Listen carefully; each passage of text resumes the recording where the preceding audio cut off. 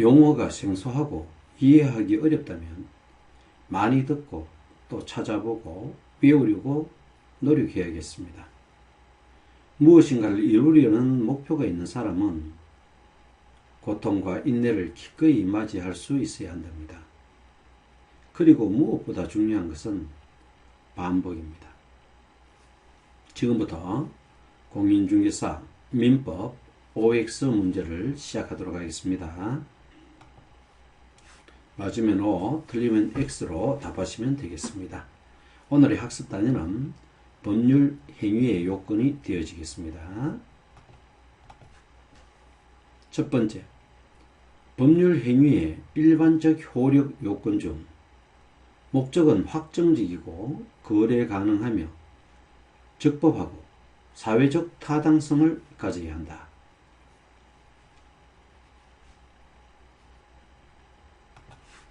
네, 정답은 O입니다. 성립 요건과 효력 요건이 있는데요. 먼저 법률로서 성립이 되려면 당사자, 목적, 의사 표시가 존재해야 됩니다. 그리고 이와 같은 성립 요건이 효력을 발생하기 위해서는요, 당사자는 권리 능력과 또 의사 능력, 그 다음에 행위 능력이 있어야 되는데요.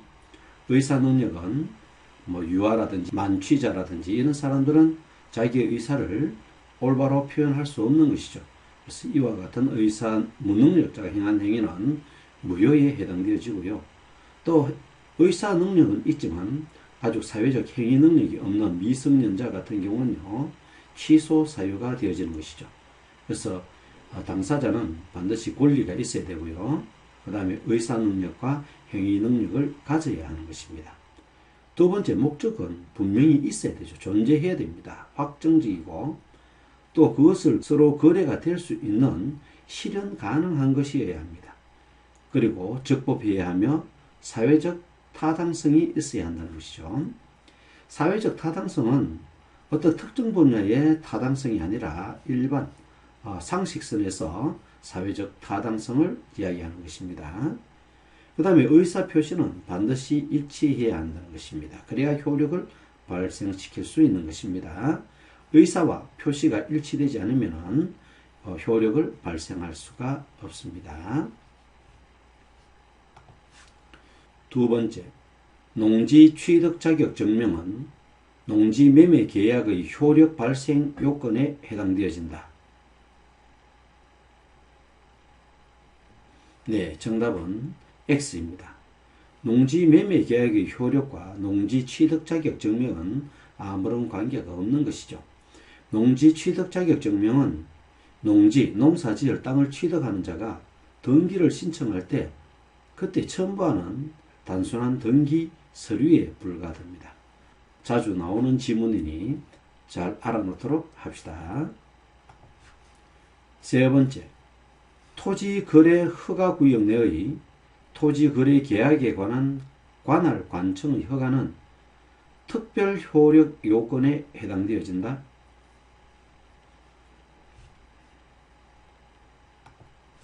네, 정답은 O입니다. 법률 규정이나 또 당사자 간의 특약, 별도로 맺는 약속이죠. 당사자 간의 특약에 의해 특별히 요구되는 효력 요건을 특별 효력 요건이라 하는데요. 이러한 요건들은 토지거래 허가구역 내의 토지거래 계약에 관한 관할 관청의 허가가 있어야 되는 것이죠. 그래야 비로소 효력이 발생되어집니다. 또 대리행위에서의 대리권이 존재해야지 본인으로서의 효력을 발생할 수가 있는 것이죠. 그 다음에 조건부 법률행위에서 조건의 성취가 되어야지 비로소 효력을 발생하는 것이죠. 이런 것들은 규정이나 또는 특약에 의해 이루어지는 것이죠. 넌 만약에 공인중개사 시험에 합격하면은 아파트 한 채를 주겠다. 이와 같은 조건을 주고, 이건 특약이죠. 그래서 상호간에 이러한 특약이 있다면은 시험에 합격했을 때는 법률적 효력을 가지게 되어지는 것이죠. 그래서 특별 효력 요건 세 가지, 토지거래 허가구역 내에 관할관청의 허가, 대리권 존재, 조건부 법률행위 잘 기억해 놓도록 합시다. 네 번째, 일단 법률 행위의 성립 요건이 입증되면 효력 요건은 무효나 취소를 주장하는 자가 효력 요건의 부존재를 입증하여야 한다.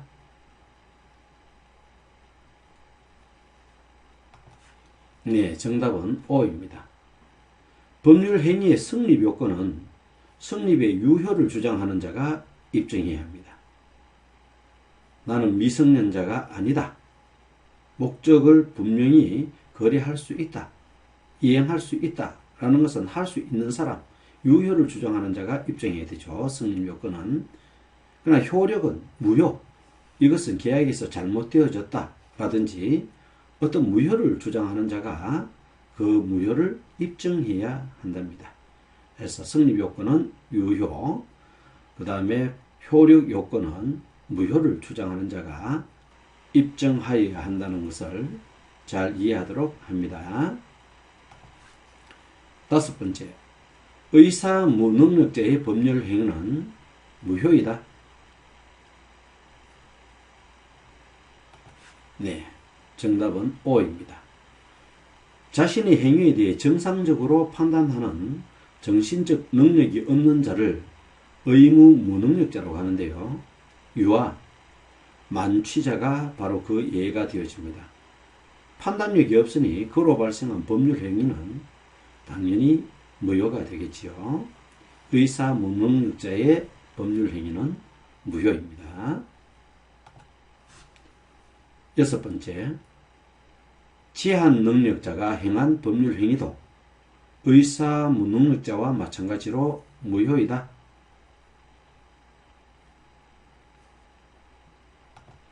네, 정답은 X입니다.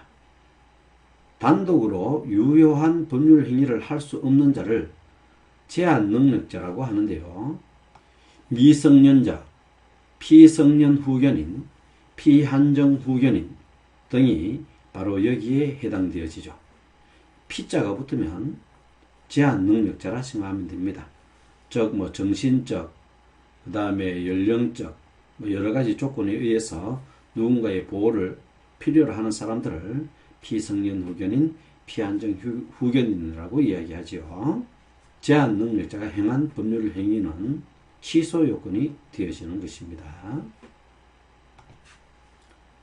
일곱 번째, 법률 행위의 목적은 법률 행위 당시에 구체적으로 확정되어야 한다.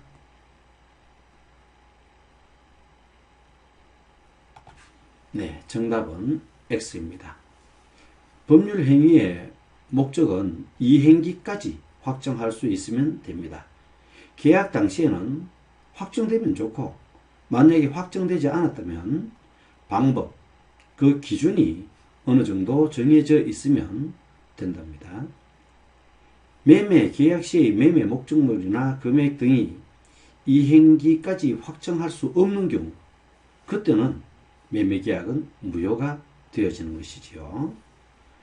법률 행위의 목적은 이행기까지 확정되어지면 된다는 것 잘 기억하도록 합시다. 여덟 번째, 매매 계약에 있어서 그 목적물과 대금은 반드시 계약 체결 당시에 구체적으로 특정되어야 한다. 네, 정답은 X입니다. 바로 앞에서 설명했는 내용이죠. 매매 계약에 있어 목적물과 대금은 이행기까지 확정되어지면 된다고 했습니다. 사후에라도 구체적으로 특정할 수 있는 방법과 기준이 정해져 있으면 됩니다. 이행기까지 확정하면 된다고 했습니다. 꼭 기억하도록 합시다.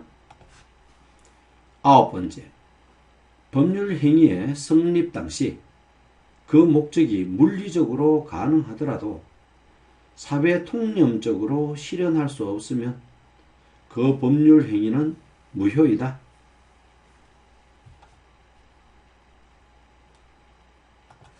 네, 정답은 O가 되었습니다. 강물에 빠진 반지를 찾아주겠다는 계약은 강물을 막고 물을 다 빼고 반지를 찾아줄 수는 있습니다만 사실상 불가능한 것이죠. 그래서 사회 통념상으로 볼 때는 도저히 할 수 없는 것으로 평가되어 무효가 되는 것입니다. 10번째, 원시적 불능은 무효에 해당되어진다.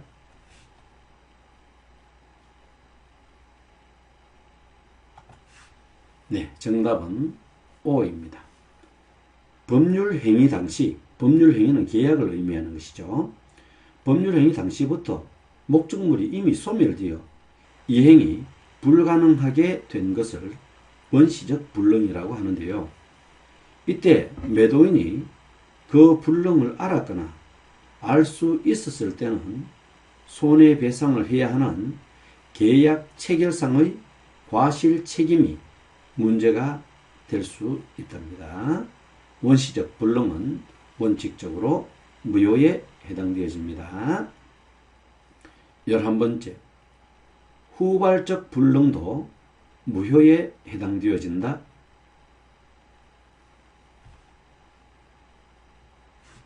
네, 정답은 X입니다. 법률행위, 즉 계약이 체결된 후에 목적물이 소멸되어진다면, 그래서 이행이 불가능하게 된 거래를 우리는 후발적 불능이라고 합니다. 그 불능이 채무자의 고의 또는 과실에 의해 발생된 것이라면 채무 불이행으로 인한 손해배상의 문제가 되고, 채무자의 고의 또는 과실이 없이 발생하였다면 위험 부담의 문제가 발생하게 되어진답니다. 12번째, 법률행위의 목적 일부가 화지로 실현 불가능하게 되었을 때는 원칙적으로 전부 무효이다.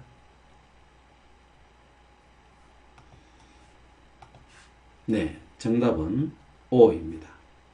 일부가 실현 불가능하게 되더라도 원칙은 모두가 무효입니다.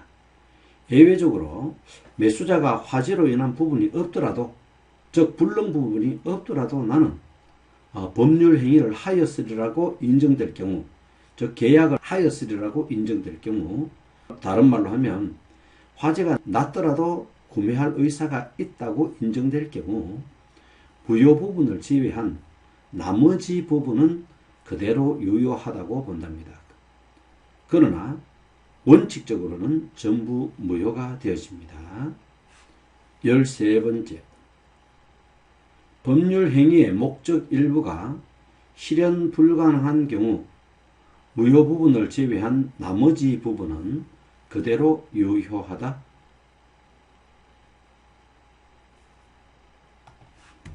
네, 정답은 X입니다. 혹시 속지 않으셨나요?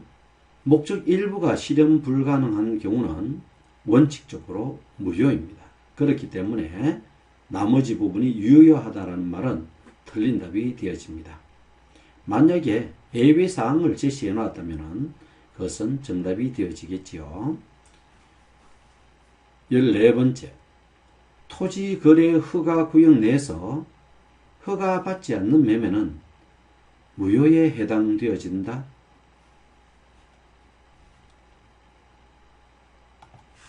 네, 정답은 O입니다. 토지거래 허가구역 내에서 허가받지 않는 매매는 당연히 무효에 해당되어지죠. 그 외에 중개수수료의 초과분, 과도하게 수수료를 많이 받은 부분이죠. 또 무허가 중개업자의 중개수수료, 열심히 공부하는데, 그래서 공인중개사를 따는데 자격증도 따지 않고 중개수수료 받으면 안 되겠죠. 과도한 이자분은 효력 규정으로 처벌과 동시에 그 거래도 무효가 되어집니다. 그래서 토지거래 허가구역 내에 허가받지 않는 매매, 중개수수료의 초과분, 무허가 중개업자의 중개수수료, 과도한 이자, 25%죠. 과도한 이자분은 무효가 되어집니다. 이외에 처벌은 되나 이 거래가 사법상 효력이 유효가 되는 것을 단속 규정이라고 하는데요. 이는 중간생략 등기, 국민주택의 전매가 있습니다. 중간 생략 등기도 결국은 전매에 해당되어지죠. 중간 거래를 생략하는 것이니까요. 중간 생략 등기는 처벌은 받지만은 그 등기 자체는 법률적으로 인정을 받게 되어지는 것이죠.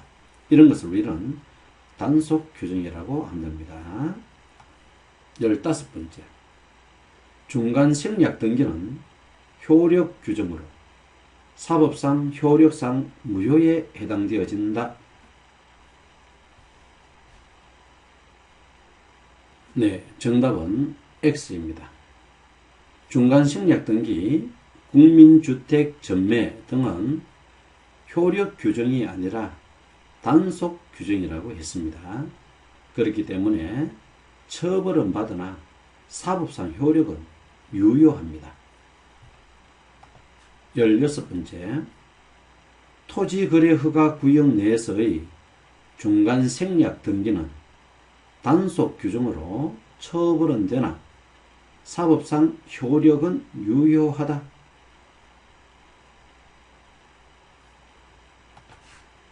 네, 정답은 X입니다. 토지거래허가구역 내에서의 중간 생략 등기는 무효에 해당되어집니다. 17번째.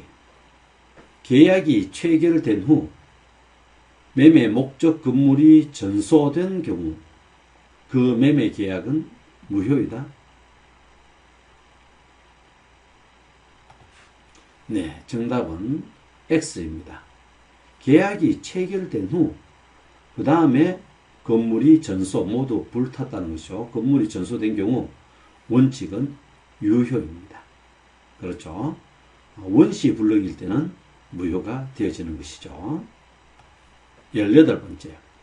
원시적 불능인 법률 행위는 무효이나 계약 체결상의 과실 책임이 문제가 될 수 있다. 네, 정답은 O입니다. 법률 행위 이전에 발생한 목적물의 소멸은 원시적 불능이라고 하지요.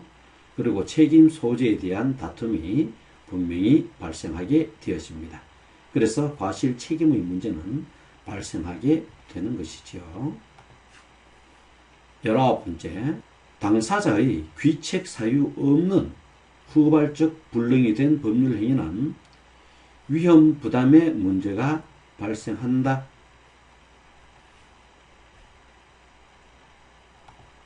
네, 정답은 O입니다. 위험 부담에 대한 문제는 서로 따지는 것이죠. 그죠? 그래서 어떤 귀책 사유가 있다면은 손해배상의 문제가 발생하고 귀책 사유가 없을 경우에는 위험의 부담이 어디에 더 많이 있는지 여기에 대한 갑론을박이 발생하게 되겠지요. 20번째. 탈세 목적으로 하는 중간 생략 등기는 사법상 효력이 무효가 된다. 네, 정답은 X입니다. 탈세 목적에 현혹되지 말고요. 중간 생략 등기는 일단 효력이 유효다. 그렇죠? 토지거래허가구역 내에서의 중간 생략 등기는 사법상 무효가 되었습니다. 그런데 일반 중간 생략 등기는요, 단속 규정으로 처벌은 받으나 사법적 효력은 그대로 유지되어진다는 것이죠.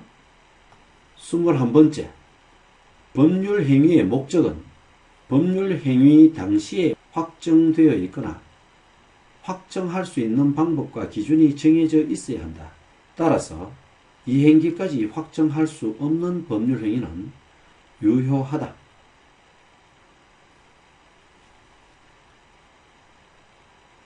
네, 정답은 X입니다. 앞부분은 맞는데요.